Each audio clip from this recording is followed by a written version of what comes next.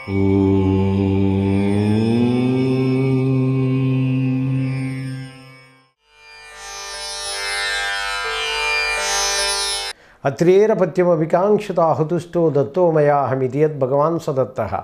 YouTube நேயர்களுக்கு என்னுடைய பணிவான வணக்கத்தை தெரிவித்துக் கொள்கிறேன். விகாரி புத்தாண்டு சித்திரை மாதத்தினுடைய கிரக நிலைகள் நாம் ஆராய்ச்சி பண்ணும்போது மிதுன ராசி அன்பர்களுக்கு ஒரு விசேஷமான நன்மைகள் தரக்கூடிய ஒரு யோக நிலை இருக்கிறது. அது மட்டும் இல்லாமல் நீண்ட காலமாக அவங்க வேதனைப்பட்டு வந்திருந்தால் அதில் துன்பங்களிலிருந்து விடுதலை ஆகக்கூடிய ஒரு சூழ்நிலை நமக்கு காட்டுகிறது. மாத தொடக்கத்திலேயே ராசியிலேயே ராகு பகவான் உட்கார்ந்துருக்கிறாரு.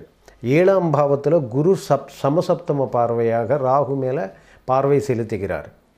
ஸோ சப்தம குருவின் பார்வை என்பது மிகுந்த மகிழ்ச்சியை தரும். காரணம் என்றால் 7ஆம் பார்வை குரு பகவானுக்கு ரொம்ப வலிமையானது. ஸோ மகத்தான் அனைத்து வகையான மங்கள காரியங்கள் நடத்தக்கூடிய பார்வை அது. 5ஆம் பார்வை பூர்வ புண்ணிய பார்வைன்னு சொல்லியிருக்கிறோம். 7ஆம் பார்வை சமசப்தம பார்வை மிகுந்த ஒரு சமநிலையோடு தரக்கூடிய ஒரு யோக நிலை அது. மற்றும் பாக்கிய பார்வை எதிர்பாராத பூர்வ புண்ணியத்தால் கிடைக்கக்கூடிய பாக்கியங்களை அள்ளித்தரக்கூடிய பார்வையாக நாம் சொல்லியிருக்கிறோம். குரு பார்வைக்கு இந்த 3 சிறப்புகள் உண்டு. ஆக லக்னத்தில் ராகு வலுவை இருந்த நிலையில் குரு பார்வை படுறதுனால சப்தம பார்வையில் விசேஷமான யோக நிலைகள் மங்கள நிகழ்ச்சிகள் நடக்கும். குடும்பத்தில் கல்யாணம் ஆகாதவங்களுக்கு உடனுக்குடன் கல்யாணங்கள் ஆகக்கூடிய நிலை என்பது ஏற்படுகிறது.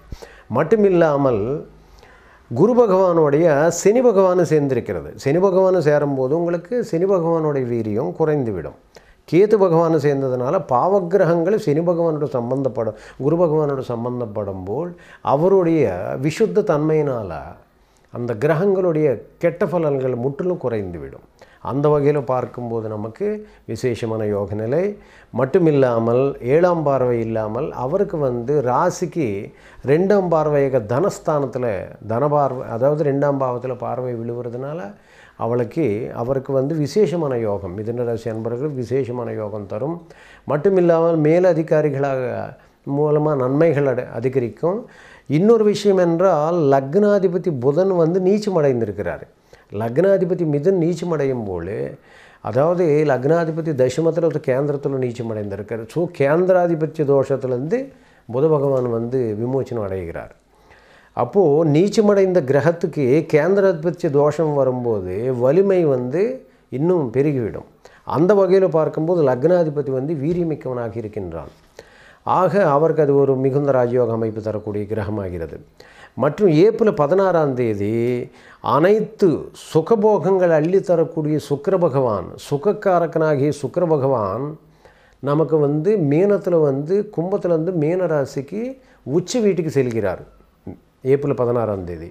ஸோ அவருடைய உச்சி வீட்டுக்கு செல்லும்போது மீன ராசியில் சுக்கிர பகவான் உச்சத்தில் இருக்கும்போது ஏற்கனவே அங்கே நீச்சமடைந்திருந்த புதன் நீச்சபங்க ராஜயோகம் பெறுகிறான். அப்படி பிறகும்போது புத சுக்கிர ஆதித்யத்தினால் மிகுந்த ஒரு பொருள் பெறக்கூடிய யோக நிலை. மட்டுமில்லாமல் நீச்சபங்க ராஜயோகம் அடைகிறதுனால அரசியல் ரீதியாக ஒரு மிகப்பெரிய எதிர்பாராத யோகங்கள், மிகப்பெரிய பதவிகள் கிடைக்கக்கூடிய ஒரு மகத்தான பாக்கியத்தை அள்ளி தருகின்றது. காரணம் என்றால் அங்கே நமக்கு ஒரு மகத்தான யோக நிலை. ஏன்னா புத சுக்கிர யோகம் என்பது உறுதியாகிறது. அது ஒரு அதிருஷ்டமான அமைப்பு. மட்டுமில்லாமல் குரு பார்வை நமக்கு விசேஷமாக செலுத்துறதுனால்தான் மிதுன ராசிக்கு குரு பார்வைகள் மற்ற 5, 7, 9வது பார்வைகள் விசேஷமான நிலை என்பது இருக்கிறது. அந்த வகையில் நம்ம பார்க்கும்போது மகத்தான ராஜயோக அமைப்புகள் இந்த மிதுன ராசி அன்பர்கள் கிடைக்கும் என்பதில் எந்த விதமான ஐயம் இல்லை. ஆக பொன்னான புதனானவர் ஏப்ரல் மாதம் 26ஆம் தேதி அவர் புதன் மேஷராசிக்கு வருகிறார். ஸோ அங்கே மறுபடியும் புதாதித்ய யோகத்தை பெறுகிறார்.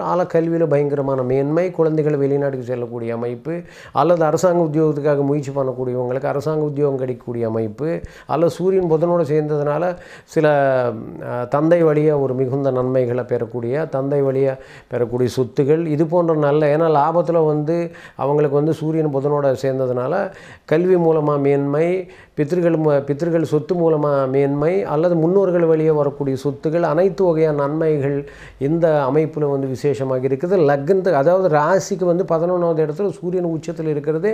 எதிர்பாராத ஒரு பதவி யோகங்கள் கிடைக்கக்கூடிய மகத்தான ராஜயோக நிலை இருக்கிறது. மட்டுமில்லாமல் மே 7ஆம் தேதி செவ்வாய் மிதுன ராசியில் வந்து செவ்வாய் பிரவேசம் இருக்கிறது 7ஆம் தேதி. அப்போ செவ்வாயினுடைய பார்வை சனி மேலே இருக்கிறதுனால அங்கு வந்து அவருடைய உடல் ரீதியான விஷயங்களில் ஜாக்கிரதையாக இருக்க வேண்டும். ஏன்னா சமசப்தம பார்வை செவ்வாய் பார்வை சனி மேலே விழுவுறதுனால வாகன விபத்துகள், கண்ணாந்தர தோஷங்கள் ஏற்படக்கூடிய வாய்ப்பு இருக்குது. ஆக மொத்தத்தில் இந்த சித்திரை மாத கோள்களின் உலகம் நாம் பார்க்கும்போது மிதுன ராசி அன்பர்களுக்கு மகத்தான ராஜயோக நிலைகளை கொடுக்குறதுல எந்த விதமான சந்தேகம் இல்லை. இகபோகங்களை தரக்கூடிய சுக்கிர பகவான் உச்சம், அரச கிரகமாகிய நவக்கிரகங்களையே ஒரு தலைமை நாயகனாக விளங்கக்கூடிய சூரிய பகவான் உச்சம் ஆக இந்த 2 கிரகங்கள் உச்சம் இருக்கும்போது இந்த காலகட்டத்தில் மிதுன ராசி அன்பர்களுக்கு ஒரு மகத்தான ராஜயோக பலன்களை கிடைக்கிறதுல எந்த விதமான சந்தேகம் இல்லை. சமசப்தம பார்வையில் மிதுன ராசி அன்பர்களுக்கு குருவால் மிகுந்த நன்மைகள் அள்ளித்தரும். கல்யாணங்கள், சுப நிகழ்ச்சிகள் கூடி வரும். குடும்பத்தில் ஒரு ஒற்றுமை நிலவும். அல்லது எல்லா வகையான விஷயங்களில் அவங்களுக்கு ஒரு விசேஷமான நன்மை, எதிர்பாராத அதிருஷ்டங்கள், நினைச்ச காரியங்கள் நினைக்கப்படி, பூமி சேர்க்கை, மேற்கொண்டு படிப்புக்காக வெளிநாட்டுக்கு செல்வது என்பது, அரசாங்க உத்தியோக அமைப்புகள் என்பது, இது போன்ற நல்ல நிலைகள் விசேஷமாக கிடைக்கிறது என்பதில் எந்த விதமான சந்தேகம் இல்லை. சர்வே ஜனா சுகினோ பவந்து.